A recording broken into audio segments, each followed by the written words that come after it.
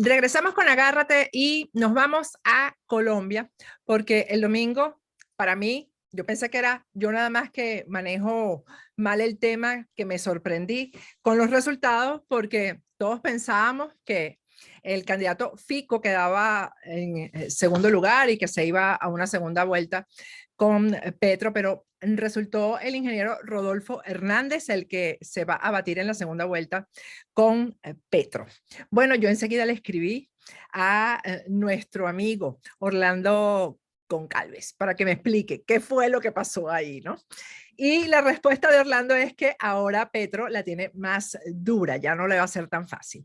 Orlando, gracias por atendernos el día de hoy. Ya le expliqué a la audiencia pues que estamos cambiando todos nuestros equipos, nos estamos actualizando, modernizando y simplificando, sobre todo, que es lo más importante en la tecnología hoy en día. Y por eso pues estamos haciendo el programa artesanalmente, pero lo importante es el contenido y que nos expliques, Orlando, qué viene para Colombia ahora. Hola Patricia, como siempre un gusto saludarte y poder compartir contigo. Bueno, no eres la única sorprendida, fuimos muchos los sorprendidos. Las encuestas decían que evidentemente Rodolfo Hernández venía en ascenso, pero cuando uno estudiaba y promediaba las últimas 6 encuestas de los últimos días, los números no daban para que eso sucediera. Sin embargo, sucedió. Y sucedió en departamentos tan emblemáticos como el Bichada. Se acordarán que hace mes y medio hubo un video que se hizo viral donde una persona en el aeropuerto le dice a Rodolfo Hernández, oiga, mande un saludo para el Bichada. Y él pregunta, ¿y eso qué es? ¿Cómo Hasta que yo sé que qué es? Bichada es el que hace frontera con el Amazonas. O Eso sea, es un departamento. Ay, ¿cuál es la capital? ¿Y dónde queda? Bueno, el señor ganó allí. ¿Qué pasó en esta elección? ¿Por qué ese cambio? Me parece que hay varios elementos que están en juego. El primero, evidentemente, el señor logró sintonizar la rabia, la frustración, el desagrado, el malestar que trae una parte importante de la sociedad colombiana contra todo lo que sea el estamento político, contra la situación actual. Segundo, lo logró a través de un discurso y de un mensaje muchas veces grosero, pero sobre todo estigmatizante, divisor, que repartió odio. Todos eran corruptos, todos eran ladrones, todos eran drogadictos, todos eran prostitutas, todo era negativo.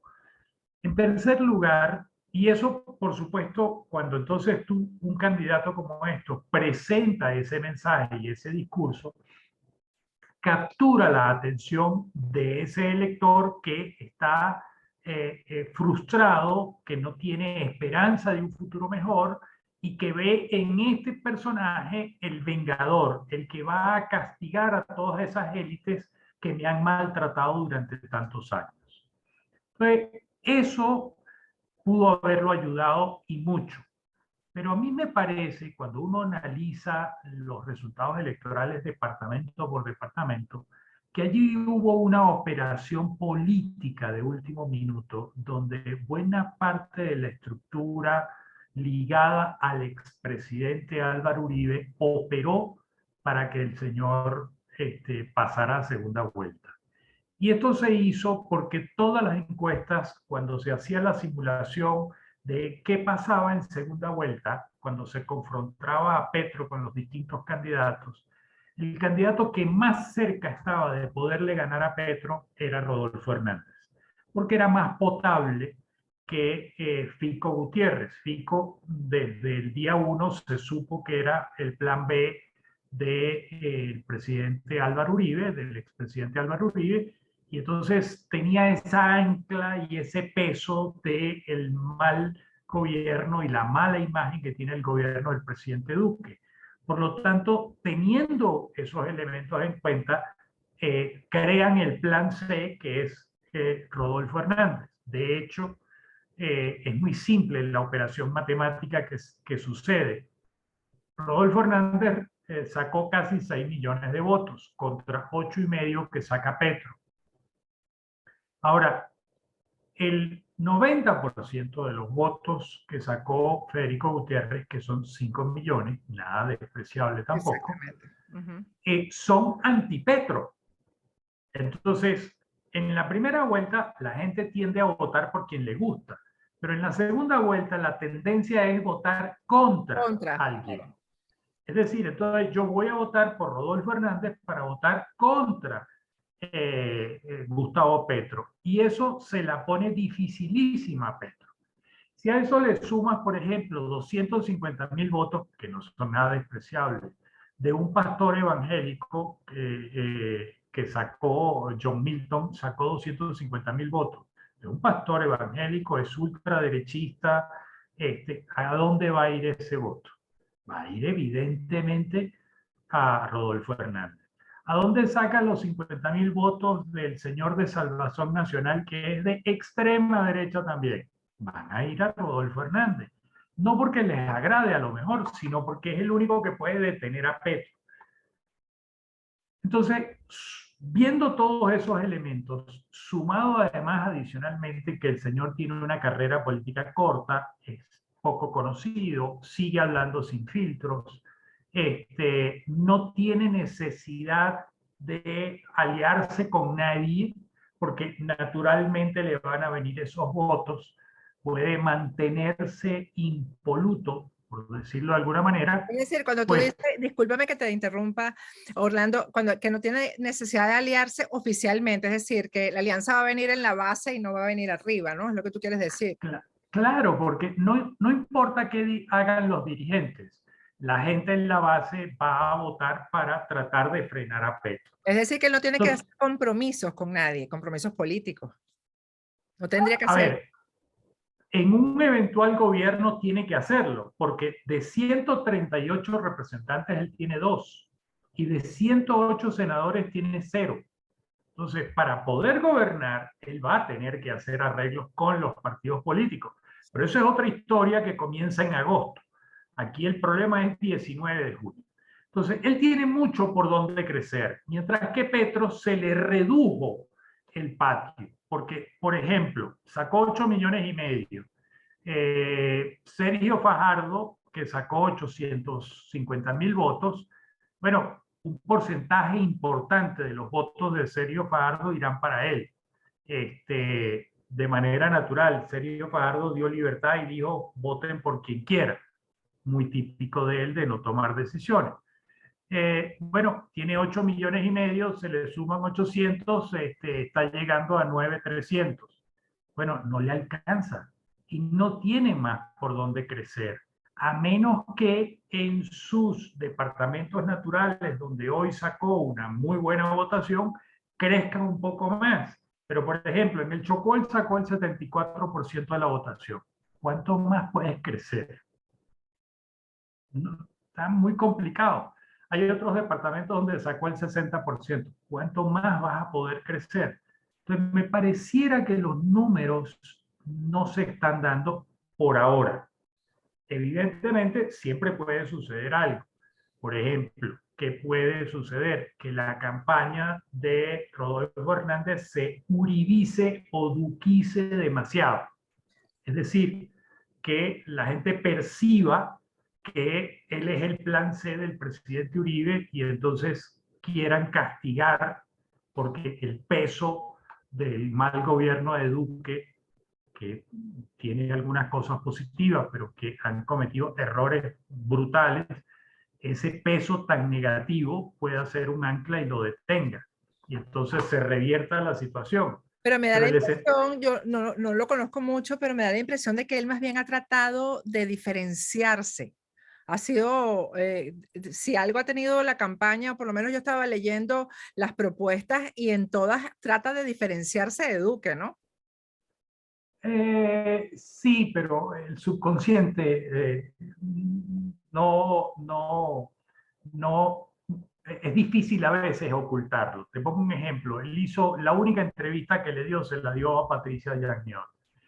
Y entonces hablando con Patricia, muy relajado, le decía Ángela a Patricia, se ve que hay confianza, que se conocen de hace mucho tiempo, por eso la exclusiva que tuvo ella. él dijo, yo no necesito aliarme con nadie. Ah, pero yo llamé a Fico y yo llamé a Fajardo. A ver, ¿cómo es eso que no necesitas aliarte, pero ya los llamaste? Los llamaste tú, no te llamaron ellos a ti, Sí. porque el ganador eres tú. La lógica indica que ellos te llamen a ti. Ah, tú no necesitas aliarte, pues tú los llamaste.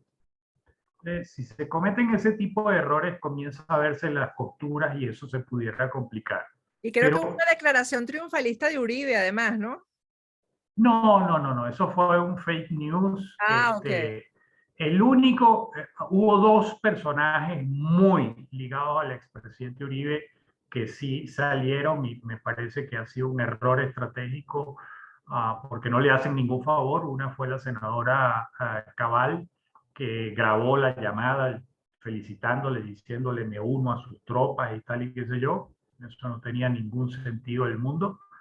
Y el otro fue el senador José Obdulio Gaviria, mano derecha del expresidente Uribe en sus 8 años en el gobierno, que dijo, yo no me siento derrotado, Rodolfo pasó a la segunda vuelta. Entonces, blanco es, gallina lo pone. Por eso es que cuando tú comienzas a atar cabos de distintos lados y comienzas a ver los resultados en los departamentos, tú dices, oye, aquí hubo una operación política porque sí. El candidato de Fico, por ejemplo, ganó en Antioquia, pero llegó de tercero en 10 departamentos. El señor gana en 11 departamentos. Pero se puede hacer, bueno, tú eres experto en eso, Orlando, pero se puede hacer una operación de ese tipo tan subterránea, o sea, tan por Sí, debajo que no se sienta públicamente. con camiones enormes de dinero y con las piezas claves se puede hacer. Yo no tengo las pruebas, yo tengo una presunción con base a los resultados electorales departamento por departamento e inclusive me fui un poco más abajo, me fui a algunos municipios. Por eso dije al principio, hay una combinación de factores, porque fíjate, en la ciudad de Bogotá, que es una ciudad muy progresista, muy liberal, bueno, el señor sacó casi 900.000 votos. Pero cuando analizas el sur de Bogotá, que es un bastión fuerte de la izquierda desde hace 20 años, el señor allí le peleó el terreno a Gustavo Petro. ¿Y por qué se lo peleó? Bueno, porque esa gente inconforme, esa gente que siente que no hay esperanza, que todo está perdido, bueno, que llegue este señor Rodolfo y les corte la cabeza a todo. Y por eso el señor sí tuvo un voto de opinión importante, pero me parece que en algunas partes operó políticamente algunas fuerzas y movieron y desplazaron los votos.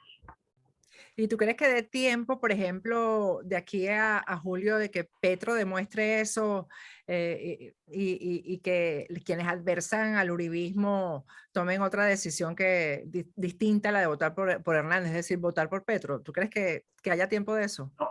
A ver, primero es hasta el 19 de junio, Ah, es o junio. sea, 19 de junio, dentro de 3 semanas, poquito No menos hay de 3 semanas. tiempo. No hay Punto tiempo. uno.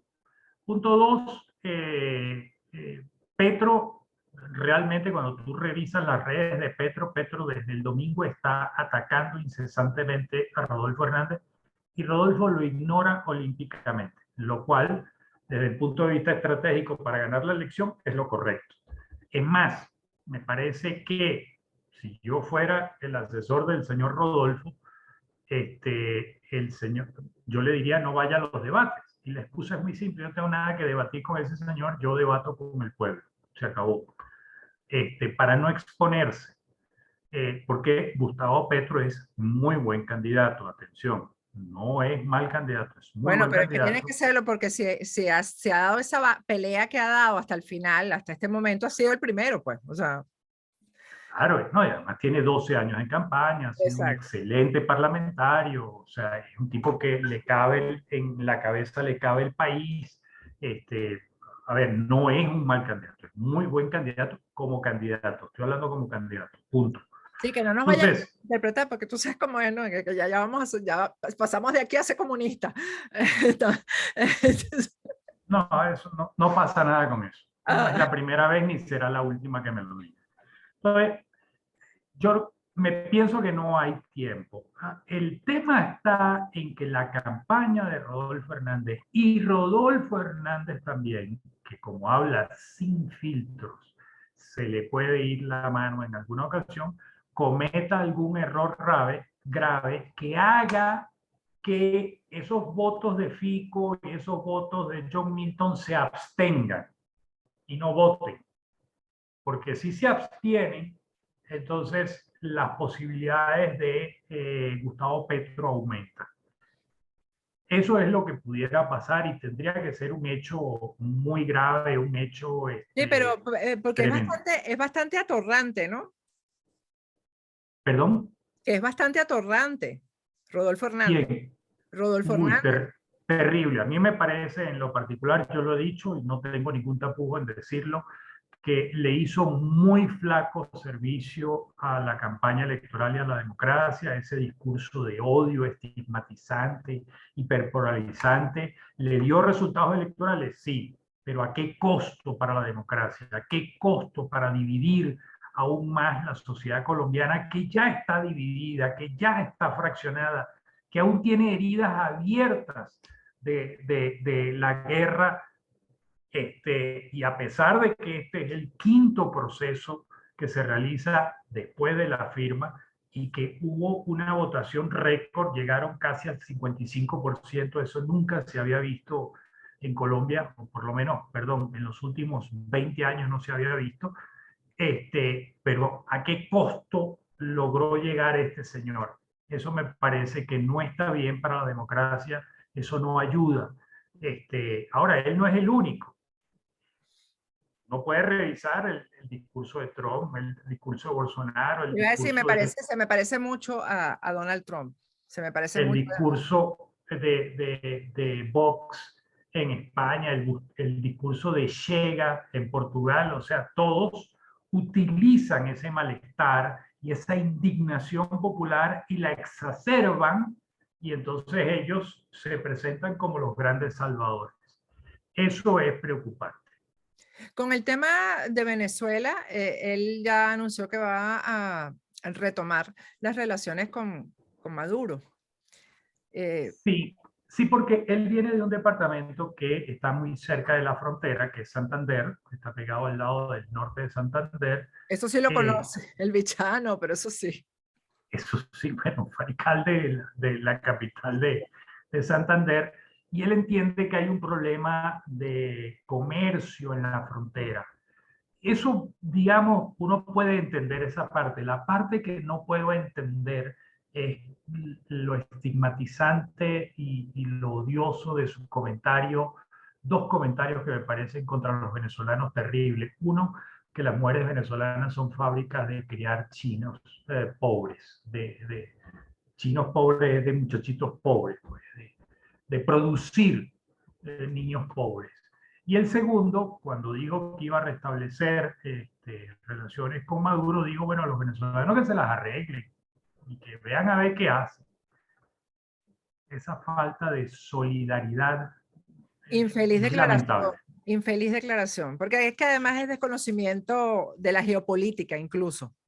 Total, Eso es total. desconocimiento de la realidad de su región, pues de la región que él pretende, en la que él pretende ser un líder. Y el tema del ELN, porque tengo entendido que él ha sido víctima del ELN y dice que él quiere conversar y llegar a un acuerdo de paz con el ELN. ¿Eso es real o es simple discurso político? ¿Es demagogia o tú crees que eso es real? Mira, yo cuando estudié brujería y clarividencia reprobé la materia. Yo la verdad no lo sé. A él le secuestraron una hija Sí. y desde el día que la secuestraron no ha aparecido más la hija. Ni siquiera se sabe si está viva o si murió. Y fue el ELN. El ELN se aprobó el secuestro. ¿Será cierto? ¿Es posible? Él votó contra el acuerdo de paz. Hoy dice que ha entendido que fue un error y que hay que hacer la paz y que por eso él haría conversaciones con el ELN. Ojalá sea cierto y ojalá sea así, porque cargar ese dolor toda la vida no tiene sentido. Ese dolor tiene que liberarlo y quizás una manera de liberarlo es llegando a un acuerdo de paz fructífero y certero con el ELN. ¿Cómo ves tú a Colombia guiada por Rodolfo Hernández en general, Orlando? Nuevamente, yo reprobé la materia. No es fácil saberlo. A ver, él tiene 2 representantes o diputados de 138. Tiene 0 senador de 108.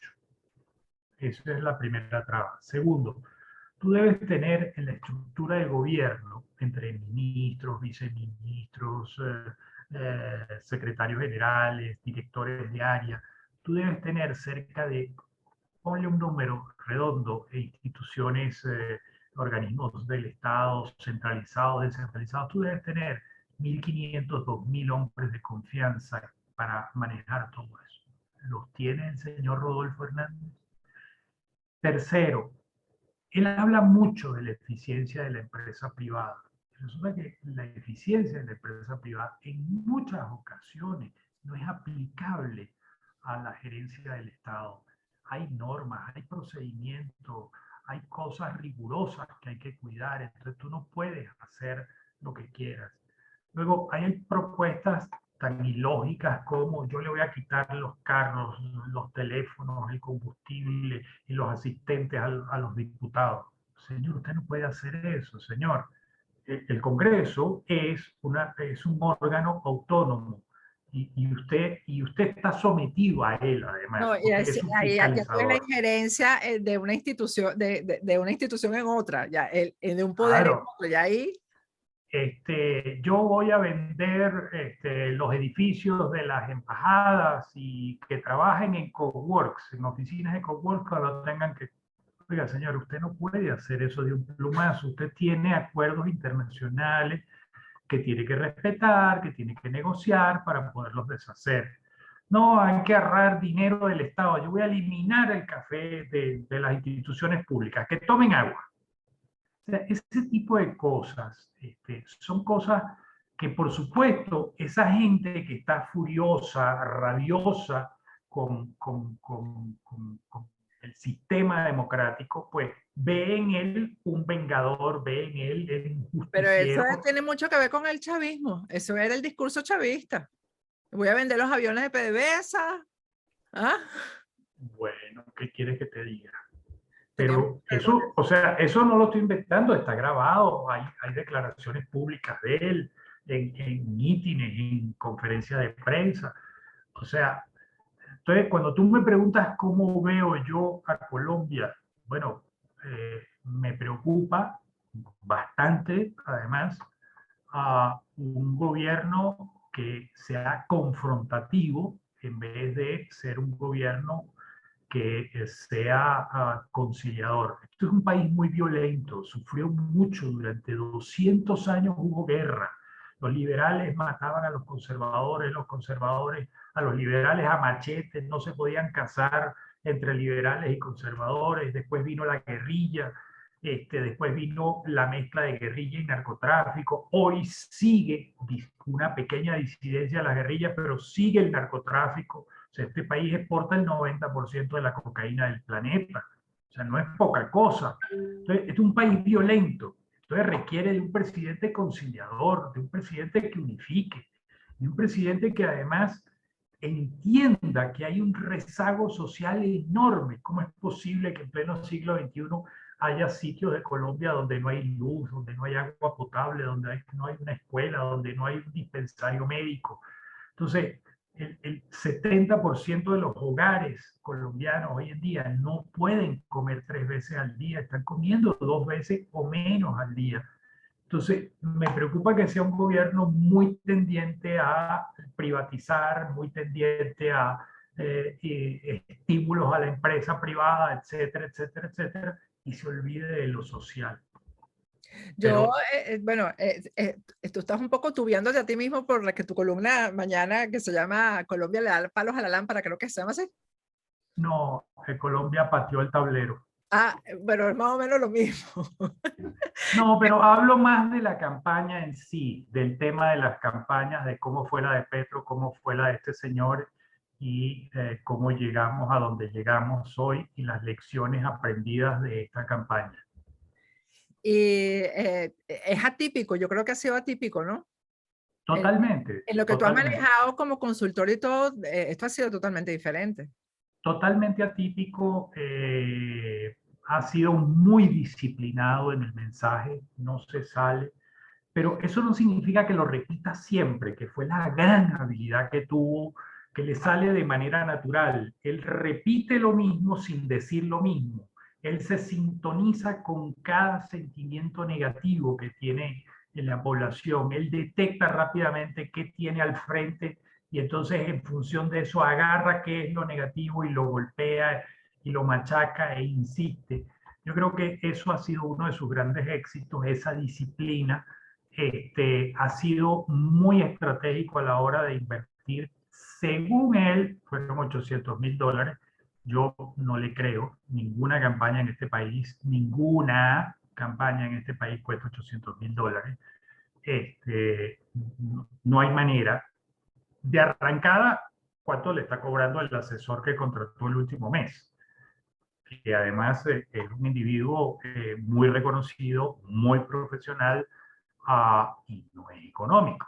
¿Quién Por es? cierto, Becasino, apellido Becasino, un argentino que tiene muchos años viviendo aquí en Colombia, Que dicen estuvo que en es el el hijo de equipo, Macri. no, estuvo en el equipo asesor de Petro en 2018.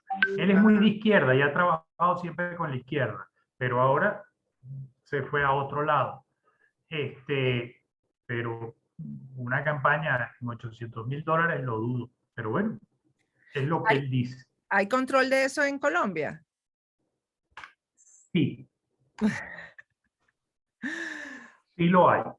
La ley exige que tú presentes cuentas porque además una cosa bondadosa que tiene el sistema electoral colombiano es que tú pones una fianza antes de arrancar la campaña, pones una póliza de seguro y si tú superas el 5%, el Estado colombiano te repone una parte de lo que tú gastaste en los votos. Entonces, el señor, ese fue otro desliz ante Patricia.